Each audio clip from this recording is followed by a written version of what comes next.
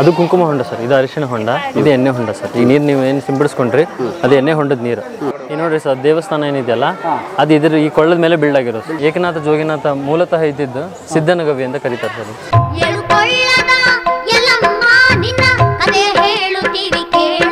ಸ್ನೇಹಿತರೆ, ಇಲ್ಲಿ ನೀವು ನೋಡ್ತಾ ಇದ್ದೀರಲ್ಲ, ನಾವು ಯಲ್ಲಮ್ಮ ತಾಯಿ ಗುಡ್ಡ ಹತ್ತಾ ಇದ್ದೀವಿ ನೋಡಿ. ಅಲ್ಲಿಂದ ಬೆಟ್ಟ ಕಾಣಿಸ್ತೀವಿ ನೋಡಿ. ಈಗ ನಾವು ಕೆಳಗಡೆಯಿಂದ ಸಿದ್ದನಕೊಳ್ಳದಿಂದ ಮೇಲ್ಗಡೆ ಬಂದ್ವಿ. ನಾವು ಈಗ ಗುಡ್ಡಕ್ಕೆ ಹೋಗ್ತಾ ಇದ್ದೀವಿ ಸ್ನೇಹಿತರೆ. ಅಲ್ಲೊಂದು ವಿಶೇಷವಾದ ವಿಚಾರ ಇದೆ, ನೀವು ಅಲ್ಲಿ ಗಮನಿಸಬೇಕು ನೋಡಿ. ಅಲ್ಲೊಂದು ಕೆನಾಲ್ ಕಾಣ್ತಿದೆ, ಒಂದು ಕಾಲುವೆ ಕಾಣ್ತಿದ್ದಿಲ್ಲ. ಆ ಕೆನಾಲ್ ಅಥವಾ ಕಾಲುವೆ ಮಲಪ್ರಭಾ ನದಿಯ ಬಲದಂಡೆ, ಅದು ಬಲದಂಡೆ ಕಾಲುವೆ, ಅದು ರೈಟ್ ಬ್ಯಾಂಕ್ ಕೆನಾಲ್. ಅದು ಎಲ್ಲಿಗೆ ಹೋಗ್ತಾ ಇದೆ ಸರ್? ಇದು ಸುಮಾರು ಇಲ್ಲಿಂದ 5 ಕಿಲೋಮೀಟರ್ ಅಂಡರ್ಗ್ರೌಂಡ್ ಟೂನಲ್ ಇದೆ. ಇದು ರೇಣುಕಾ ಯಲ್ಲಮ್ಮ ದೇವಸ್ಥಾನ ಇದಲ್ಲ, ಆ ದೇವಸ್ಥಾನದ ಕೆಳಗಡೆನೇ ಇದೆ. ಇದು ಸುಮಾರು 5 ಕಿಲೋಮೀಟರ್ ಮುಂದಡೆ ಹೋಗಿ ಬೆಟ್ಟದಲ್ಲಿ ಅಲ್ಲಿ ಹಿರೇಕೊಂಬಿ ಚುಕ್ಕುಂಬಿ ಅಂತಿದೆ, ಆ ಊರಲ್ಲಿ ಪಾಸ್ ಆಗುತ್ತೆ. ಅಲ್ಲಿಂದ ಮುಂದೆ ನರಗುಂದು ನವಲಗುಂದು ನೀರು ಸಪ್ಲೈ ಆಗುತ್ತೆ. ಅಲ್ಲಿ ನೀರು ಅಲ್ಲಿ ಹೊಲ ಗದ್ದೆಗಳಿಗೆಲ್ಲ ಇರಿಗೇಷನ್ ಸಲುವಾಗಿ ನೀರು ಸಪ್ಲೈ ಆಗುತ್ತೆ ಮಲಪ್ರಭಾ ಬ್ಯಾಕ್ ವಾಟರಿಂದ. ಇದು ಬಲದಂಡೆ, ಈ ಬಲದಂಡೆ ಕಾಲುವೆ ಇದು. ಗುಡಿ ಕೆಳಗಡೆ ಹೋಗುತ್ತೆ. ಆ ಗುಡಿ ಕೆಳಗಡೆ ಹೋಗುತ್ತೆ. ಸುಮಾರು ಇಲ್ಲಿಂದ ಪ್ರಾರಂಭ ಆಗ್ತದೆ ಅದು. ಅದೇನು ಕಾಣ್ತಾ ಇದೆಯಲ್ಲ ಸರ್ ವೈಟ್ ಮೇಲೆ, ಇಲ್ಲಿ ಅಲ್ಲಿ ಆ ಗುಡ್ಡ ಸರ್. ಆ ಗುಡ್ಡನೇ ಹುಲಿ ಸರ್. ಹುಲಿ? ನಾ ಏನು 7 ಟೆಂಪಲ್ಸ್ ಹೇಳಿದೆಲ್ಲ ಸರ್, ಅಲ್ಲೊಂದಿದೆ ಸರ್. ಅಲ್ಲಿ ಮಧ್ಯೆ ಕಾಣೋದಿಲ್ಲ ಸರ್, ಇಲ್ಲೊಂದಿದೆ ಸರ್. ಅದು ಮೂಲತಃ ಅಮ್ಮನ ಸಿದ್ದನ ಕೊಳ್ಳ ಅಂತ ಹೇಳ್ತಾರೆ ಸರ್, ಅಲ್ಲೇ ಇರೋ ಸರ್ ಕೊಳ್ಳ. ಅದು ಕೊಳ್ಳ ನೀರು ತೆಳಗಿಳಿಯೋದೆ, ಮತ್ತು ಇಲ್ಲಿ ಪಾಸ್ ಆಗುತ್ತೆ. ಓಕೆ ಸರ್, ನೋಡಿ ಸುತ್ತವೂ ಬೆಟ್ಟಗಳೇ, ನಾವು ಮಧ್ಯೆ ಇದ್ದೀವಿ. ಹಳ್ಳ. ಮತ್ತು ಅದು ಹುಲಿ ಅಂತ ಏನಿದೆ ಪ್ರೇಕ್ಷಣೀಯ ಸ್ಥಳ, ಅದು ದಕ್ಷಿಣದ ಕಾಶಿ. ಅಲ್ಲಿ 101 ಗುಡಿಗಳು, 101 ಬಾವಿಗಳು ಇದಾವೆ ಅಲ್ಲಿ ಎಲ್ಲ ಅನಾದಿಕಾಲ. ಹೂವಲ್ಲಿ ಅಂತಂದ್ರೆ ಹೂವಿನ ಹಳ್ಳಿ ಅಂತ. ಹೂವಿನ ಓಕೆ. ಹೂಲಿ ಅಂತ ರೂಢಿಯಲ್ಲಿ ಬಾದಾಮಿ ಚಾಲುಕ್ಯರ ಕಾಲದಲ್ಲಿ ಕಟ್ಟಿರುವಂಥ ದೇವಸ್ಥಾನಗಳು 101 ಅವೆಲ್ಲ. ಕಟ್ಟಿ ಕುಣಿತ ಯಲ್ಲಮ್ಮ ಇದು ಗಮ್ಮ, ಗಜಿ ಕಟ್ಟಿ ಕುಣಿತ ಯಲ್ಲಮ್ಮ ಇದು ಗಮ್ಮ, ಗಜಿ ಕಟ್ಟಿ ಕುಣಿತ ಯಲ್ಲಮ್ಮ.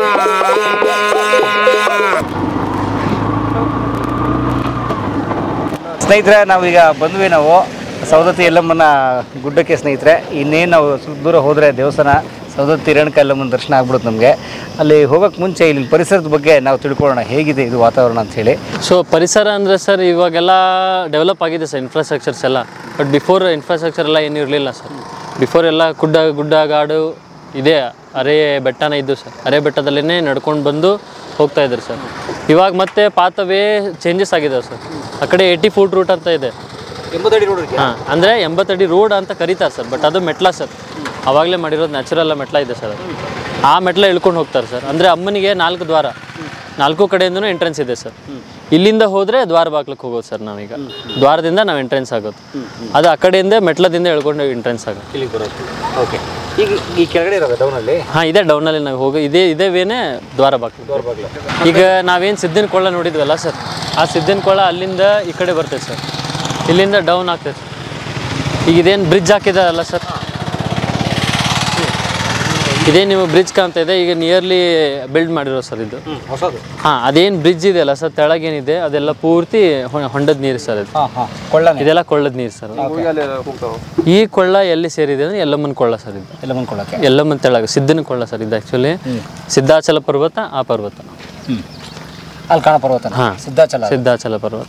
ಓಕೆ. ಆ ಸಿದ್ಧರೊಳಗೆ ನಮ್ಮ ಜಮದಗ್ನಿಯವ್ರು ಇದ್ದಿತ್ತು. ಬನ್ನಿ ಕತೆ ಎಲ್ಲ ನೋಡ್ರಿ ಸರ್, ನಾವು ಜಮದಗ್ನಿ ಅಡ್ಡಾಡಿರೋ ಜಾಗದೊಳಗೆ ನಾವು ಅಡ್ಡಾಡ್ತಾ ಇದ್ದೀವಿ. ಯಪ್ಪ, ಜಮದಗ್ನಿ ರೇಣುಕಾ ಯಲ್ಲಮ್ಮನ ಕಂಡ ಸಾಕ್ಷಾತ್ ಪರಶಿವನೇ. ಅವರೆಲ್ಲ ಓಡಾಡಿ ಜಾಗದಲ್ಲಿ ನಾವು ಓಡಾಡ್ತಾ ಇದ್ದೀವಿ ಸರ್. ನೀವು ಬಂದು ಓಡಾಡಿ ಬನ್ನಿ ಸರ್. ನಡಿ ಹೋಗೋಣ ಎಲ್ಲವನ ಗುಡಕ, ಜಗದ ಜಾತ್ರೆ ಭಾಳ ಕಡಕ. ನಡಿ ಹೋಗೋಣ ಎಲ್ಲವನ ಗುಡಕ, ಜಗದ ಜಾತ್ರೆ ಭಾಳ ಕಡಕ. ಸರ್ ನಾವು ನಮ್ಮ ಅಮ್ಮನ ಕ್ಷೇತ್ರಕ್ಕೆ ಬಂದಿದ್ದೀವಿ ಸರ್, ಯಲ್ಲಮ್ಮಗುಡ್ಡ ಕ್ಷೇತ್ರಕ್ಕೆ ಸರ್. ಸರ್ ಇದು ಎಂಟ್ರೆನ್ಸ್ ಸರ್. ಇದು ನಾ ಏನು ದ್ವಾರ ಬಾಕ್ಲ ಹೇಳಿದೆ ಅಲ್ಲ ಸರ್, ಡೌನಲ್ಲಿ ಬಂದ ಕೂಡಲೇ ಇದು ಎಂಟ್ರೆನ್ಸ್ ಆಗುತ್ತೆ ಸರ್. ಇವಾಗೆಲ್ಲ ಇನ್ನೂ ಕ್ಲೀನ್ ಇತ್ತು ಸರ್, ಬಟ್ ಇವಾಗೆಲ್ಲ ಇನ್ಫ್ರಾಸ್ಟ್ರಕ್ಚರ್ ಡೆವಲಪ್ ಮಾಡ್ತಾ ಇದ್ದಾರೆ ಸರ್. ಸೆಂಟ್ರಲಿಂದ ಅನುದಾನ ಆಗಿದೆ ಸರ್.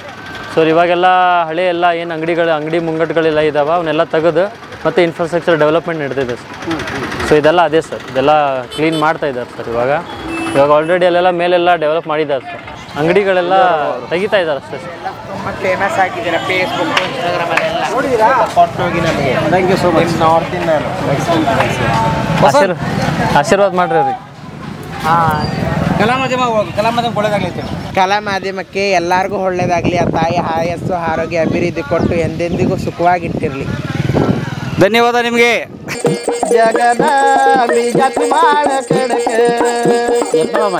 ಜಗದಾಂಬಿ ಜಾತ್ರೆ ಬಾಳ ಕಡಕ ಜಗದಾಂಬಿ ಜಾತ್ರೆ ಬಾಳ ಕಡಕ ಉಗರ ಗೋಳ ಸೌದಾಂತಿ ನಡಕ ಜೋಗಳ ಭಾವ್ಯಾರ ಮಾಡ್ಬೇಕ ಜಳಕ. ಅಯ್ಯಪ್ಪ ಕಾಲ ಸುಡ್ತಾ ಇದೆ ಸರ್. ಹೆಸರು ಹಿಂಗೆ ಬರ್ತಾ ಇದ್ರ ನೀವು ಉಳಿತಾರ. ಕಾಲು ಸುಡ್ತಾ ಇದೆ ಫುಲ್ಲು. ಎಣ್ಣೆ ಹೊಂಡ, ಅರಿಶಿನ ಹೊಂಡ, ಆ ಸೈಡ್ ಒಂದು ಕುಂಕುಮ ಹೊಂಡ ಇದೆ. ಶುದ್ಧ ಜಲ ಸರ್. ನಿಮ್ಗೆ ಯಾವ ಇದ್ರಾಗ ಸಿಗೋದಿಲ್ಲ filter. More than filter water. ಜೋಗಳ ಭಾವ್ಯಾರ ಮಾಡ್ಬೇಕ ಜಳಕ. ಸರ್ ಇದು ಕುಂಕುಮ ಹೊಂಡ ಸರ್, ಅದು ಅರಿಶಿಣ ಹೊಂಡ, ಅದು ಕುಂಕುಮ ಹೊಂಡ ಸರ್, ಇದು ಅರಿಶಿಣ ಹೊಂಡ, ಇದು ಎಣ್ಣೆ ಹೊಂಡ ಸರ್. ಈ ನೀರು ನೀವು ಏನು ಸಿಂಪಡಿಸ್ಕೊಂಡ್ರಿ ಅದು ಎಣ್ಣೆ ಹೊಂಡದ ನೀರು. ಸೊ ಅಗ್ದಿ ಪವಿತ್ರವಾದಂಥ ನೀರು. ಅಮ್ಮ ಮೊದಲು ಸ್ನಾನ ಮಾಡಿರ್ತಕ್ಕಂಥ ನೀರಿದೆ ಸರ್.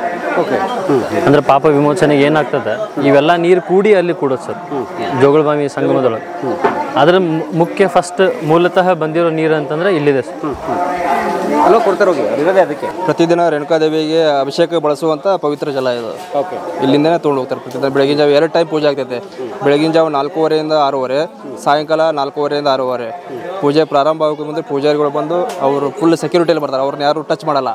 ಅಂದರೆ ಅವ್ರನ್ನ ಯಾರು ಟಚ್ ಮಾಡಿದರೆ ಅವರು ಸ್ವಲ್ಪ ಏನೋ ಮಲಿನ ಆಗ್ತಾರೆ ಅಂತ ಒಂದೇನೋ ನಂಬಿಕೆ ಇದೆ. ಅದಕ್ಕೆ ಅವ್ರು ಸೆಕ್ಯೂರಿಟಿ ಇರ್ತದೆ. ಎಲ್ಲ ಎಷ್ಟೇ ಕ್ರೌಡ್ ಇದ್ದರೂ ಸೆಕ್ಯೂರಿಟಿಯಿಂದ ಅವ್ರನ್ನೆಲ್ಲ ಸರಿಸ್ತಾರೆ. ಪೂಜಾರಿಗಳು ಬಂದು ಇಲ್ಲಿ ನೀರು ತುಂಬಿಕೊಂಡು ಹೋಗಿ ಪವಿತ್ರ ಜಲ ರೇಣುಕಾದೇವಿಗೆ ಅಭಿಷೇಕ ಮಾಡ್ತಾರೆ.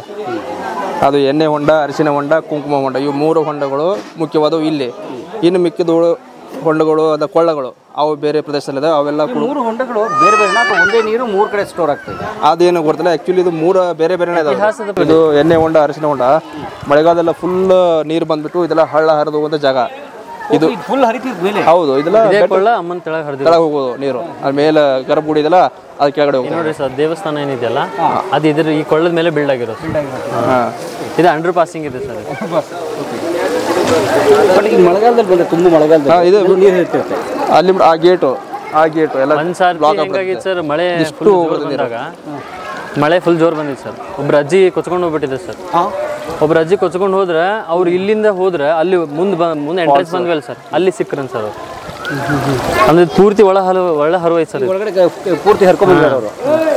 ಆದ್ರೆ ಜನ ಎಲ್ಲ ಖುಷಿ ಪಟ್ರು ಸರ್. ಅಂದ್ರೆ ಇಲ್ಲಿ ಅಮ್ಮನ ಹಾದು ಬರ್ಬೇಕಲ್ಲ ಸರ್, ನೀ ಅಮ್ಮನ ಹಾದು ಬಂದು ಬಿಡು ಅಂತ ಹೇಳಿ.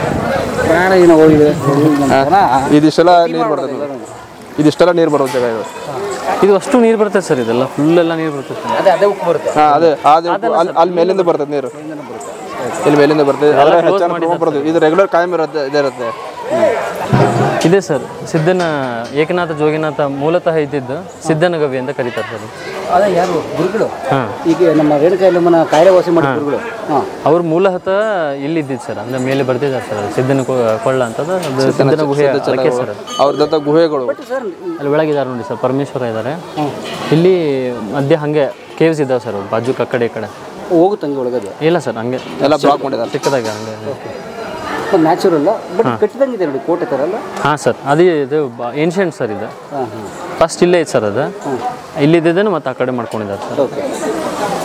ಈಗ ಆ ಕಡೆ ಹೋದ್ರಂತರೂ ಈಗ ಏಕನಾಥ್ ಜೋಗಿನಾಥನ ಕಡೆ ನೀವು ಹೋದ್ರೆ ಅಂದ್ರೆ ಸೇಮ್ ಕಾಶಿಗೆ ಹೋದಂಗೆ ಆಕೈತೆ ಸರ್ ಫೀಲ್. ಸೊ ಎಲ್ಲ ಏರಿಯಾ ಎಲ್ಲ ಕಾಶಿ ಥರನೇ ಇದೆ ಸರ್ ಅಲ್ಲಿ. ಅಂದರೆ ಅವ್ರದ್ದು ಬೇರೆನೇ ಇದೆ ಸರ್. ಇವ್ರ ಇಲಾಖೆಗೆ ಸಂಬಂಧಪಡೋದೇ ಅಲ್ಲ, ಸರ್ಕಾರಕ್ಕೆ ಸಂಬಂಧಪಡೋದಿಲ್ಲ ಸರ್. ಯಾವ ಗುಡಿ ಸರ್?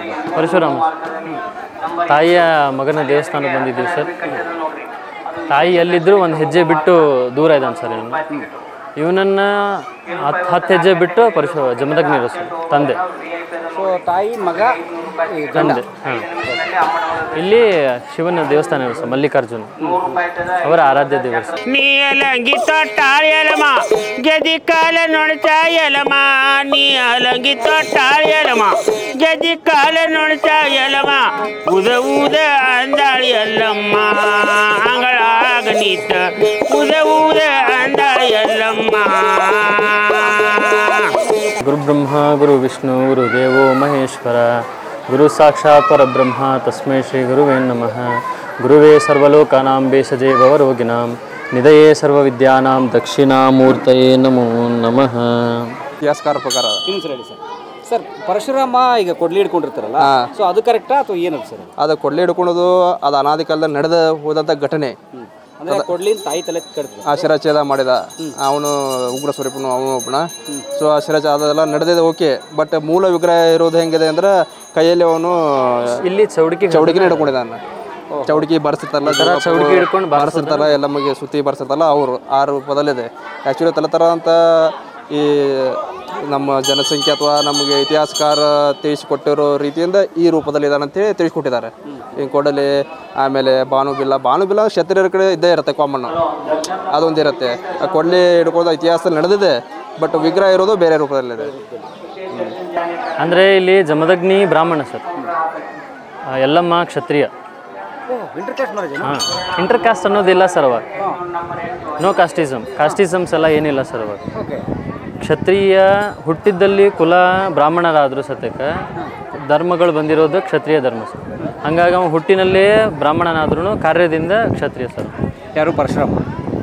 ಓಕೆ. ರೇಣುಕಾದೇವಿ ಅವಳೊಬ್ಬಳು ಕ್ಷತ್ರಿಯ ರಾಜ. ಯಾರು? ರೇಣುಕರಾಜನ ಮಗ. ರೇಣುಕರಾಜನ ಮಗಳು ರೇಣುಕಾದೇವಿ. ಸೊ ಆ ರೀತಿ ನೋಡಿದ್ರೆ ಅವನು ಕ್ಷತ್ರಿಯ ಅನಿಸ್ತಾನೆ. ಇವಾಗ ಜಮದಗ್ನಿ ಒಬ್ಬ ಬ್ರಾಹ್ಮಣ ಋಷಿಮುನಿ. ಆ ದೃಷ್ಟಿಯಿಂದ ನೋಡಿದ್ರೆ ಅವನೊಬ್ಬನು ಬ್ರಾಹ್ಮಣ. ಎರಡೂ ಮಿಂಗಲ್ ಆಗಿದೆ ಅಲ್ಲಿ. ಬ್ರಾಹ್ಮಣ ಧರ್ಮನು ಮಿಂಗಲ್ ಆದಂಗೆ ಕ್ಷತ್ರಿಯ ಅಂಶ ಮಿಂಗಲ್ ಆಗಿದೆ ಅಲ್ಲಿ. ಕ್ಷತ್ರಿಯ ಅಂಶ ಅನ್ನೋಕ್ಕಿಂತ ಸರ್ ಈಗ ನಾವು ಬ್ಯಾಪರಿಕೇಶನ್ ಮಾಡ್ಕೊಂಡಿರೋದಷ್ಟೇ. ಈಗ ಇಲ್ಲಿ ವಿಷ್ಣುವಿನ ರೂಪ ತಾಳಿರೋದು ಜಮದಗ್ನಿ, ತಾಯಿ ಸಾಕ್ಷಾತ್ ಶಿವನ ರೂಪ. ಶಿವ ಶಕ್ತಿ ಮತ್ತು ಶಿವ ವಿಷ್ಣುವಿನ ಮಿಲನ ಸರ್. ಇಲ್ಲಿ ಶಿವ ವಿಷ್ಣು ಅನ್ನೋದು ಭೇದ ಇಲ್ಲ, ಶಿವಶಕ್ತಿ ಅನ್ನೋದು ಭೇದ ಇಲ್ಲ. ಆ ಭೇದವಿಲ್ಲದೆ ಹುಟ್ಟಿರುವಂಥವನು ಪರಶುರಾಮ. ಹಂಗಾಗಿ ಅವನು ಗುರುವಿಗೆ ಗುರು ಆದವನು ಸರ್. ಅವನು ಈಗ ಏನು ಅವರ ಶಿರಚ್ಛೇದನ ಆದ ನಂತರ ವರವನ್ನು ಏನು ಬೇಡ್ತಾನೆ, ವರವನ್ನು ಬೇಡಿದ ನಂತರ ಏನು ವರ ಕೊಡ್ತಾನೆ, ವರ ಕೊಟ್ಟಾದ್ಮೇಲೆ ನಿನ್ನೊಳಗಿರೋ ಕ್ರೋಧವನ್ನು ನೀನು ನಿಯಂತ್ರಣ ಮಾಡ್ಕೋಬೇಕಂತ ಹೇಳಿ ತಂದೆಗೇ ಉಪದೇಶ ಮಾಡ್ತಾನೆ ಸರ್. ಉಪದೇಶ ಮಾಡಿ ಅವಾಗ ಗುರುವಿಗೆ ಗುರು ಹಾಕಾನೆ ಸರ್. ಈಗ ಗುರುಗಳಲ್ಲೇ ಸಪ್ತ ಋಷಿಗಳು ಮೂಲತಃ ಬರೋದು. ಗುರುವಿಗೆ ಗುರು ಆದಿಗುರು, ಗುರು ಯೋಗಿನಾಥ್. ಅವನು ಶಿವನಾದ ನಂತರ ಗುರುವಿಗೆ ಮತ್ತು ಶಿಷ್ಯರಾಗೋದು ಇವು ಸಪ್ತ ಋಷಿಗಳು. ಆ ಸಪ್ತ ಋಷಿಗಳಿಗೆ ಇವು ಏನಾದ ಗುರುವಾದ ಸರ್. ಹಂಗಾಗಿ ಇವನಿಗೆ ಅಗ್ರಸ್ಥಾನ ಸರ್, ಗುರುಗಳೊಳಗೆ ಅಗ್ರಸ್ಥಾನ ಇದೆ. ಸಪ್ತ ಚಿರಂಜೀವಿ ಒಳಗೆ ಆಗಲಿಕ್ಕೆ ಉಳಿಲಿಕ್ಕೆ ಕಾರಣ ಅದಕ್ಕೆ. ಅವ ಇನ್ನೂ ಆದ್ರೂ ತಾಯಿ ಶಿರಚ್ಛೇದನ ಮಾಡಿದಕ್ಕೆ ಮೋಕ್ಷಕ್ಕಾಗಿ ಇನ್ನೂ ಆದ್ರೂ ಪರದಾಡ್ಸತಾನ ಅನ್ನೋದು ವಾಡಿಕೆ ಇದೆ. ತೋ ತಂದೆ ಮಾತು ಕೇಳಬೇಕು, ಆದರೆ ಒಂದು ಸಾರ್ತಿ ಯೋಚನೆ ಮಾಡಬೇಕು. ನಾನು ನನ್ನ ಕರ್ತವ್ಯವನ್ನು ನಾನು ನಿಭಾಯಿಸ್ತೀನಿ ಅಂತ ಹೇಳಿ ಎಲ್ಲದಕ್ಕೂ ತಂದೆ ಮಾತಿಗೆ ತಲೆ ಆಡಿಸೋದು ತಪ್ಪು ಅನ್ನೋದು ಇನ್ನೂ ಆದ್ರೂ ಅದು ಪ್ರತ್ಯಕ್ಷ ಐತೆ ಸರ್. ಸರ್ ಹೊಸ ಮದುವೆ ಗಂಡು ಬರ್ತಾವೆ ಸರ್, ಅಥವಾ ಮದುವೆ ಇಲ್ಲೇ ಮಾಡ್ಕೊಂಡವ್ರು? ಅವರು ಮದುವೆ ಮಾಡ್ಕೊಂಡು ನಂತರನೇ ಬಂದುಬಿಡ್ತಾರೆ ಸರ್, ಅಥವಾ ಮದುವೆನೂ ಇಲ್ಲೇ ಮಾಡ್ಕೊಳ್ಳೋದು. ಹೌದಾ? ಇವರು ಯಾರೋ ಕಾತ sir, congratulations, all the best. ಸ್ನೇಹಿತರೆ, ಈಗ ನಾವು ರೇಣುಕಾ ಯಲ್ಲಮ್ಮ ತಾಯಿಯ ದೇವಸ್ಥಾನದ ಒಳಗಡೆ ಹೋಗ್ತಾ ಇದೀವಿ ನಾವೀಗ. ಸೊ ನೀವು ಕಾಯ್ತಾ ಇದ್ದಂಥ ಆ ದೇವಸ್ಥಾನದ ಎಪಿಸೋಡು ಇವತ್ತು ತೋರಿಸ್ತೀವಿ ನಾವು ನಿಮಗೆ. ಸರ್, ಈಗ ನಾವು ಭಾಳ ಈಸಿಯಾಗಿ ಹೋಗ್ತಾ ಇದ್ದೀವಿ ಇವತ್ತು, ರಶ್ ಇಲ್ಲ ಅಂತ. ಬೈ ಚಾನ್ಸ್ ನಾನೇನಾದರೂ ಜಾತ್ರೆಯಲ್ಲಿ ಬಂದ್ಬಿಟ್ರೆ ಏನಾಗುತ್ತೆ? ಎಷ್ಟು ದಿನ? ತುಂಬ ರಶ್ ಇರ್ತೀವಿ ಸರ್. ಒಂದು 2 ಅವರ್ ಕಾಯ್ಬೇಕಾ? 2 ಅವರ್ ಬಹುಶಃ ಕಡಿಮೆ ಆಗಿರ್ಬೋದು ಸರ್. 7-8 ತಾಸು ಕಾಯ್ಬೋದು. 7-8 ತಾಸು ಕಾಯಬೇಕು ದೇವಿ ದರ್ಶನಕ್ಕೆ. ಇದೆಲ್ಲ ನೀವೇನು ಹಾಯಾಗಿ ಆರಾಮ್ ಬರ್ತಾ ಇದ್ದೀರಾ, ಒಂದೊಂದು ಹೆಜ್ಜೆಗೂ ಒಂದೊಂದು ಅರ್ಧ ತಾಸು ಅಥವಾ 1 ತಾಸು ಆಗುತ್ತೆ. ಒಬ್ಬರಿಂದ ಗುಂಪು ಇಲ್ಲಿ 4 ದ್ವಾರಗಳು ಓಪನ್ ಇದ್ರೂ ಭಕ್ತರು ಬರಾಕಿ ಸಾಲ ಸಾಲ್ತಿಲ್ಲ. ಹಾಂ, ಈಕ್ವಲ್ ಟು ತಿರುಪತಿ. ಇನ್ಫ್ರಾಸ್ಟ್ರಕ್ಚರ್ ಇನ್ನೂ ಡೆವಲಪ್ ಆಗಬೇಕು ಅಷ್ಟೇ. ಹೊರಗಡೆ ಹೋಗ್ತಾ ಇದೆ ಸರ್ ದನ. ಆದರೆ ನಿಜವಾಗ ಕರೆಕ್ಟಾಗಿ ಬಂದರೆ ಫ್ಲೋರ್ನಾಗ ಇಲ್ಲೆಲ್ಲ ಹೆಂಗೆ ಮಾಡ್ತಾರಂದ್ರೆ ಸರ್, ಇದೆಲ್ಲ ಏನು ಭಂಡಾರ ನೋಡತ್ತೀರಿ ನೀವು. ಈ ಭಂಡಾರದ ಜೊತೆಗೆ ಇದೆಲ್ಲ ಅರಿಶಿನ ಕುಂಕುಮ, ಆಮೇಲೆ ಇದ್ರೊಳಗೆ ಆಯುರ್ವೇದಿಕ್ ಅಥವಾ ಏನು ಹೇಳಿದ್ನಲ್ಲ ಸರ್, ಲಿಂಬೆಹಣ್ಣು, ಹಳ್ಳುಪ್ಪು ಮತ್ತು ಬೇವು ಇವನ್ನೆಲ್ಲ ಮಿಕ್ಸ್ ಮಾಡಿ ಹೋಗ್ತಿದ್ದದ್ದು. ಅದ್ರ ಜೊತೆಗೆ ನಂಬಿಕೆ ಅಂತಲೂ ಆಯಿತು, ಆಮೇಲೆ ಕೃತಜ್ಞತೆನೂ ಅಂತ. ಬಂಗಾರದ ನಾಣ್ಯ, ಬೆಳ್ಳಿ ನಾಣ್ಯ, ಆಮೇಲೆ ಹಿತ್ತಾಳಿ ನಾಣ್ಯ, ಆಮೇಲೆ ತಾಮ್ರದ ನಾಣ್ಯ, 5 ಲೋಹಗಳದ್ದು ಮತ್ತು ಕೆಬ್ಬಣದ ನಾಣ್ಯಗಳನ್ನು ಮಾಡಿ ಅದ್ರೊಳಗೆ ಮಿಕ್ಸ್ ಮಾಡಿ ಒಗಿತಾರೆ ಸರ್. ಈಗಾದರೂ ಬಂಗಾರದ ನಾಣ್ಯಗಳು ಒಗಿತಾರೆ ಸರ್, ಗುಂಜು ಒಗಿತಾರೆ ಸರ್. ಬಂಗಾರದ ಚಿನ್ನದ ಕಾಯಿನ್ ಒಗಿತಾರೆ ಸರ್. ನೀವು ಯಾರಿಗೆ ಸಿಗುತ್ತದ? ಎಲ್ಲರೂ ಸಿಗ್ತದೆ, ಯಾರಿಗೆ ಬೇಕಾದ್ರೂ ಸಿಗ್ತದೆ. ಯಾವತ್ತು ಎಸಿತಾರೆ? ಎಸೆಯೋದು ಯಾವತ್ತು? ಮಹಾರಾಷ್ಟ್ರ ಮಂದಿ ಯಾವ ಬಂದಿರುತ್ತೆ ಅವ್ರು ಸರ್. ತವ್ರ ಮನೆಯವ್ರು ಭಾಳಕಿ ಪ್ರೀತಿ ಸರ್. ಅವ್ರು ತವ್ರ ಮನೆಯವ್ರು ಬಂದ್ರೆ ಅಂತಂದ್ರೆ ಏನು ಮಾಡೋದೈತೆ ಎಲ್ಲ ಮಾಡೋಗ್ತಾರೆ ಸರ್. ಮತ್ತು ಅವ್ರು ಬಂದ ಮೇಲೆ ಸಂತೃಪ್ತ ಆಗೋದು ಸರ್. ಹೆಣ್ಮಕ್ಳಿಗೆಲ್ಲ ತವ್ರ ಮನೆಯವ್ರು ಬಂದರೆ ಖುಷಿ ಆಗುತ್ತೆ. ಅಂದರೆ ದೇವಿನ ಹಂಗದಾಳ ಸರ್. ಇನ್ನು ಮನುಷ್ಯರಿಗೆ ಸ್ವಾಭಾವಿಕವಾಗಿ ಬರೋದೇನ ಅದು. ತವ್ರ ಮನೆ ಅಂತಂದ್ರೆ ಅಕ್ಕರೆ ಜಾಸ್ತಿ ಇರ್ತದಲ್ಲ ಸರ್, ಅದು ದೇವಿಯಿಂದನೇ ಬಂದದ್ದು. ಗ್ರೇಟ್. ಬನ್ನಿ ಹೋಗೋಣ. ಸೊ ಇದೆಲ್ಲ ಕುಂಕುಮ ಉಗ್ಗಿರೋದು, ಇದು ಅರ್ಶಿನ ಕುಂಕುಮ ಇದೇ ಅವ್ರಿಗೆ ಇಷ್ಟ ಸರ್. ಅದು ಅವ್ರಿಗೆ ಎದಕ್ಕೆ ಇಷ್ಟ ಅಂತಂದ್ರೆ ಕುಂಕುಮ ತನ್ನ ಜಮದಗ್ನಿ ಗಂಡನನ್ನು ಮರಳಿ ಪಡ್ಕೊಂಡಿದ್ದು ಸೌಭಾಗ್ಯ ಸಿಂಧೂರ್. ಇನ್ನು ಅರಿಶಿಣ ಮೂಲಾಧಾರ. ಆ ಮೂಲಾಧಾರವನ್ನು ಏನು ಅವಳು ನಿಯಂತ್ರಣ ಮಾಡ್ಕೊಂಡ್ಲ, ಅಮ್ಮ ನಿಯಂತ್ರಣ ಮಾಡಿ ಸಹಸ್ರಾರಕ್ಕೆ ಬಂದು ಆದಿಶಕ್ತಿ ಆದ್ಲು ಅಂದ್ರೆ ನಾವು ಆದಿಶಕ್ತಿ ಆಗೋದಿರ್ತದೆ ಸರ್. ದೇವಿ ಪುರಾಣದೊಳಗಾಗಿ ಅಮ್ಮ ಹೇಳ್ತಾಳೆ ಸರ್, ನಾನೇ ಮಹಿಷಾಸುರ, ನೀನೇ ಮಹಿಷಾಸುರ ಅದಿ, ನೀನೇ ದೇವಿ ಅದಿ, ನೀ ಯಾರನ್ನ ಕರಿತಿ ನಾನು ಹಂಗಾಗಿ ಬರ್ತೀನಿ ಅಂದರೆ ಪ್ರವೃತ್ತಿ ಸರ್ ನಮ್ಮದು. ನಾವು ಯಾರನ್ನ ಅಂದರೆ ನಾವು ಯಾವ ಥರ ರಿಯಾಕ್ಟ್ ಮಾಡ್ತೀವಿ.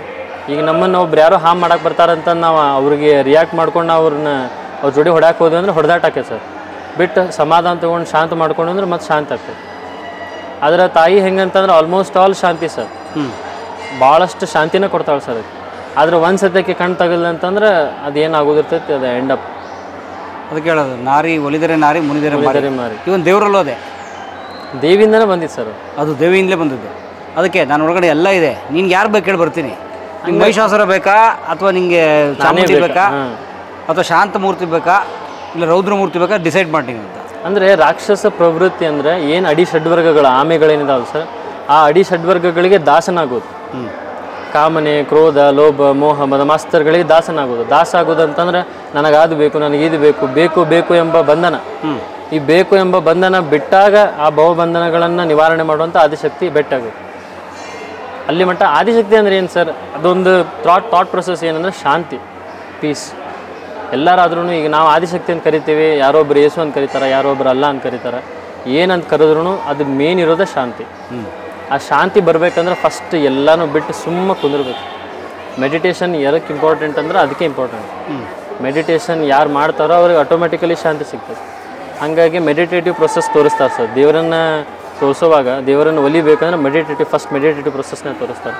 ಕಾರಣ ಅದೇ ಸರ್, ನಾವು ಎಲ್ಲಿ ಮಟ್ಟ ಶಾಂತ ಆಗೋದಿಲ್ಲ ಅಲ್ಲಿ ಮಟ್ಟ ದೇವ್ರು ಬೆಟ್ಟ ಆಗೋದಿಲ್ಲ. ನೋಡಿ ಸೀರೆ ತೊಗೊಂಡು ಹೋಗ್ತಾರೆ ನೋಡಿ ಸರ್. ಹಾಂ ಸರ್, ಹಾಂ ಇದೇ ಕಳಿಸ್. ಹಾಂ ಸರ್, ಎಷ್ಟು ವರ್ಷ ಹಳೆ ದೇವಸ್ಥಾನ, ಯಾವ ಶತಮಾನದ್ದು, ಯಾವ ಕಾಲದ್ದು? ಬಾದಾಮಿ ಚಾಲುಕ್ಯರ ವಂಶದಲ್ಲಿ ಕಟ್ಟಿರುವಂಥ ದೇವಸ್ಥಾನ. ನಂತರ 14-15 ಶತಮಾನದಲ್ಲಿ ರಾಯಭಾಗದ ಬೊಮ್ಮಪ್ಪ ನಾಯಕನವರು ಜೀರ್ಣೋದ್ಧಾರ ಮಾಡಿದ್ದಾರೆ.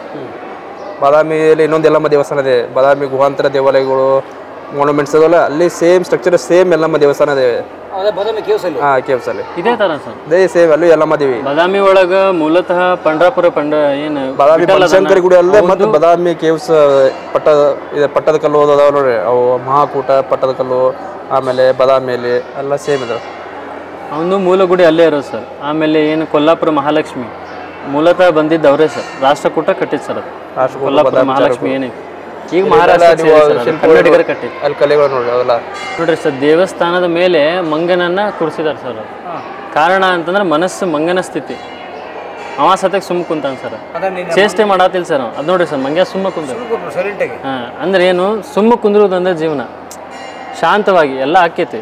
ನೀನೇನು ಇವತ್ತು ಬಡ್ದಾಡಿದ್ರೆ ಮಾಡಿದ್ರು ಆಕೈತಿ, ಇವತ್ತು ಆಗ್ವಲ್ತು, ನಾ ಎಷ್ಟೋ ಗುದ್ದಾಡಿದ್ರು ನನಗೆ ವರ್ಕ್ ಆಗ್ವಲ್ತು, ಚಿಂತೆ ಮಾಡೋಂಗಿಲ್ಲ, ಆಗ್ತೈತಿ. Just we have to have a peace for a little bit. ಅಂದರೆ ಒಂದು ಕ್ಷಣಕ್ಕಾದರೂ ನಾವು ಒಂದು ಸ್ವಲ್ಪ ಪೀಸ್ ತೊಗೊಂಡ್ವಿ, ಶಾಂತಿ ತೊಗೊಂಡ್ವಿ ಅಂದರೆ. ಈಗ ನೋಡಿರಿ ಸರ್, ಮೆಂಟಲ್ ಪ್ಯಾಂಡಮಿಕ್ಕಿಂದ ಹಾರ್ಟ್ ಅಟ್ಯಾಕ್ ಜಾಸ್ತಿ ಆಗ್ತಾ ಇರೋದು ಕಾರಣ ಅದಕ್ಕೆ. ಹಾರ್ಟ್ ಅಟ್ಯಾಕ್ ಆಗಿ ಜಾಸ್ತಿ ಜನ ಸಾಯ್ತಾ ಇರೋದನ್ನು ಆಂಗ್ಸೈಟಿ ಲೆವೆಲ್ ಜಾಸ್ತಿ ಆಗಿ ಆಕೈತೋ ಇಲ್ಲೋ ಅನ್ನೋ ಆಂಗ್ಸೈಟಿ ಜಾಸ್ತಿ ಆಗಿ ಅದು ಯಾವಾಗ ಕಡಿಮೆ ಆಕೈತಂದ್ರೆ ನಾವು ಇಂಥ ಪ್ಲೇಸ್ನ ಎಲ್ಲ ಬಂದು ಕುಂತಾಗ, ಶಾಂತವಾಗಿ ಕುಂತಾಗ ನಮ್ಮ ಚಿಂತನೆಯನ್ನು ಇಲ್ಲಿ ಅಕ್ಕಿ ಮೇಲೆ ಬಿಟ್ಬಿಟ್ಟು ಸರ್, ದೇವಿ ಮೇಲೆ ಬಿಟ್ಟು ನಾವು ಆರಾಮ್ಸೆ ಇರೋದು. ಅಮ್ಮ ಮಾಡ್ತಾಳ, ಅಮ್ಮ ಅದಾಳ ಅಂತ. ಅಲ್ಲಿ ಅಮ್ಮಂದು ಅಡುಗೆ ಮಾಡ್ತಾರೆ. ಅದು ಅಡುಗೆ ಕೋಣೆ ಇದೆ, ಕಾದ ಹಾಕಿದ್ದಾರೆ, ಅದು ಅಡುಗೆ ಕೋಣೆ. ಆ ಅಡುಗೆ ಮಾಡೋರು ವಯೋವೃದ್ಧರಿರ್ಬೇಕು ಸರ್, ಅಂದರೆ 60 ವಯಸ್ಸಿನ ಮೇಲ್ಪಟ್ಟವ್ರು ಇರಬೇಕು ಅವರು. ಮತ್ತು ಆಮೇಲೆ ಅವರು ಅಡುಗೆ ಮಾಡಿದ್ದನ್ನಾಗಲಿ ಅಥವಾ ಅವರು ಅಡುಗೆ ಮಾಡೋದನ್ನಾಗಲಿ, ಈಗ ಅಡುಗೆ ಮಾಡಿದ್ದು ಮಾಡ್ಬೇಕಂತಂದ್ರೆ ಅವರು ವಯೋವೃದ್ಧರು ಇರ್ಬೇಕು ಸರ್. ಅಂದರೆ ಸಂಸಾರದಿಂದ ದೂರ ಇರ್ಬೇಕು ಸರ್. ಸಂಸಾರದಿಂದ ದೂರ ಇದ್ದವರು ಮಾತ್ರ ಅದನ್ನು ಅಡುಗೆ ಮಾಡ್ಬೇಕು ಸರ್. ಆಮೇಲೆ ಅದನ್ನು ಅಡುಗೆ ಒಯ್ಯಬೇಕಂದ್ರೂ ಸಂಪ್ರದಾಯ ಐತೆ ಸರ್, ಅಡುಗೆ ತೊಗೊಂಬರ್ಬೇಕಂದ್ರೂ ಸಂಪ್ರದಾಯ ಐತೆ. ಇನ್ನೂ ಆದರೂ ಎಲ್ಲಮ್ಮ ಬಂದು ಅಡುಗೆ ಉಂತಾಳೆ ಸರ್. ಅದನ್ನು ಏನು ಕಡುಬು ಮಾಡಿರ್ತಾರಲ್ಲ ಸರ್, ಅದನ್ನೆಲ್ಲ ಇಟ್ಟಿರ್ತಾರೆ ಸರ್, ಅದು ಚೂರಾಗಿರ್ತದೆ ಸರ್, ಮುರಿದೋಗಿರ್ತದೆ. ಆಮೇಲೆ ನನಗೂ ಅಷ್ಟು ಪ್ರಾಪರಾಗಿಲ್ಲ ಸರ್, ಗೊತ್ತಿಲ್ಲ. ಬೇರೆ ಜನಾಂಗದವರು ಬಂದು ಬೇರೆ ಅಡುಗೆ ಕೊಟ್ಟು ಹೋಗ್ತಾರೆ ಸರ್. ಅದಕ್ಕೆ ಎಲ್ಲ ಜಾತಿಯವರು ಬಂದು ಅಡುಗೆ ಕೊಟ್ಟು ಹೋದಾದ್ಮೇಲೆ ಆಕಿಂದ ಅಡುಗೆ ಸಂಪೂರ್ಣ ಆಗೋದು, ಅಷ್ಟು ಪರಿಪೂರ್ಣತೆ ಸರ್. ಆಮೇಲೆ ಅದನ್ನು ಅಡುಗೆ ಬೆಳಗ್ಗೆ ಹೊತ್ತು ಬರುತ್ತೆ, ಮುಂದೆ ತಲೆ ಮೇಲೆ ಹೊತ್ತು ಬರ್ತಾರೆ. ಬೆಳಗ್ಗೆ ಬೆಳಗ್ಗೆ ಬರ್ಬೇಕು ಸರ್. ಬೆಳಗ್ಗೆ ಏನು ಅಮ್ಮನ ಪೂಜೆ ನಡೀತಿರ್ತೈತಿ, ಅವಾಗ ಆ ಅಡುಗೆ ಹೊತ್ತು ಬರುತ್ತೆ ಮುಂದೆ ತಲೆ ಮೇಲಿಂದ ಹೊತ್ತು ಬರ್ತಾರೆ ಭಕ್ತರು, ಅರ್ಚಕರು. ಹಾಂ, ಪ್ರತಿದಿನ ಭೋಗ ಆಗ್ತೈತೆ ಸರ್. ಅಕ್ಕಿ ಪ್ರತಿದಿನ ಊಟಕ್ಕೆ ಇಡ್ತಾರೆ ಸರ್. ಆಮೇಲೆ 2 ಹೊತ್ತು ಪೂಜೆ ಸರ್.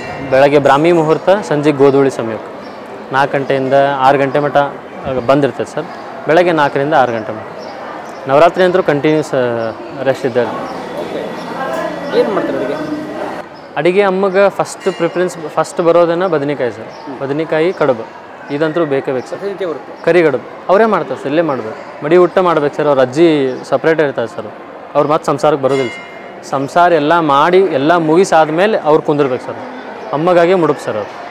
ಅವ್ರೇನು ಮುತ್ತದು ಹೊತ್ತಿರೋದಿಲ್ಲ ಸರ್. ಆದ್ರೆ ಏನು ಅಮ್ಮಗಾಗಿನ ಅವ್ರು ಅಡುಗೆ ಏನು ಮಾಡ್ತಾರೆ, ಅವ್ರ ಅಮ್ಮಗಾಗಿ ಅಡುಗೆ ಮಾಡೋದು.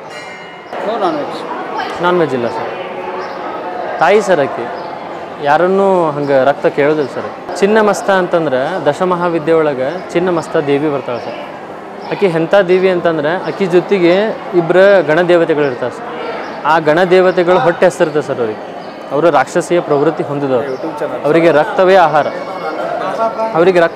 ಆದಾಗ ಹೊಟ್ಟೆ ಹಸಿವು ಬಂದಾಗ ಇನ್ನು ನಾನು ನನ್ನ ಹೊಟ್ಟೆ ತುಂಬಿಸ್ಕೊಳ್ಳಿ, ನನಗೆ ಹೊಟ್ಟೆ ಹಸ್ತೈತಿ ಅಂತ ಮಕ್ಕಳು ಹತ್ತಂಗೆ ಅವರಿಬ್ಬರು ಅಳೋದಕ್ಕೆ ಸ್ವತಃ ದೇವಿನ ಪಾರ್ವತಿನ ತನ್ನ ಶಿರವನ್ನು ಕಡಿದು ತನ್ನ ರಕ್ತನ ಅವರಿಗೆ ಉಣಬಡಿಸ್ತಾಳೆ.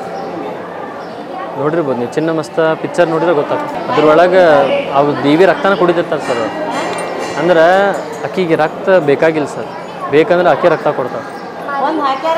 ಅಕ್ಕಿ ಯಾವಾಗಲಿದ್ರೂ ರಕ್ತ ಬೇಡಿಲ್ಲ ಸರ್. ಆದರೂ ಒಂದಿಷ್ಟು ಮಂದಿ ಮಾಡ್ತಾರೆ ಸರ್ ನಾನ್ ವೆಜ್. ಆ ಕಡೆ ಎಲ್ಲ ಮಾಡ್ತಾರೆ, ಇಲ್ಲೆಲ್ಲೂ ಇಲ್ಲ ಸರ್. ಇಲ್ಲಿ ವೆಜಿಟೇರಿಯನ್. ನಡಿ ಹೋಗೋಣ ಎಲ್ಲವನ ಗುಡಕ, ಜಗದ ಬಿಜಾತಿ ಮಾಡ ಕೆಡಕ. ಕಲಾ ಮಾಧ್ಯಮದ ಎಲ್ಲಾ ಎಪಿಸೋಡುಗಳು ನಿಮಗೆ ಸಿಗಬೇಕು ಅಂತಂದ್ರೆ ಕಲಾ ಮಾಧ್ಯಮ ಯೂಟ್ಯೂಬ್ ಚಾನೆಲ್ನ ಸಬ್ಸ್ಕ್ರೈಬ್ ಮಾಡಿ, ಬೆಲ್ ಐಕಾನ್ನ ಕ್ಲಿಕ್ ಮಾಡಿ, ತಪ್ಪದೇ ಮಾಡಿ. ಈ ವಿಡಿಯೋ ನೋಡಿದ್ದಕ್ಕೆ ನಿಮಗೆ ತುಂಬ ಧನ್ಯವಾದಗಳು. ಪುಸ್ತಕಗಳನ್ನು ಓದು ಮನಸ್ಸನ್ನು ಅರಳಿಸುತ್ತೆ, ಬುದ್ಧಿಯನ್ನು ಚುರುಕು ಮಾಡುತ್ತೆ, ಕಾಣದ ಹೊಸಲೋಕವನ್ನು ಪರಿಚಯಿಸುತ್ತೆ. ಹಾಗಾಗಿ ಓದುವ ಸಂಸ್ಕೃತಿ ಹೆಚ್ಚಾಗ್ಲಿ. ಧನ್ಯವಾದ.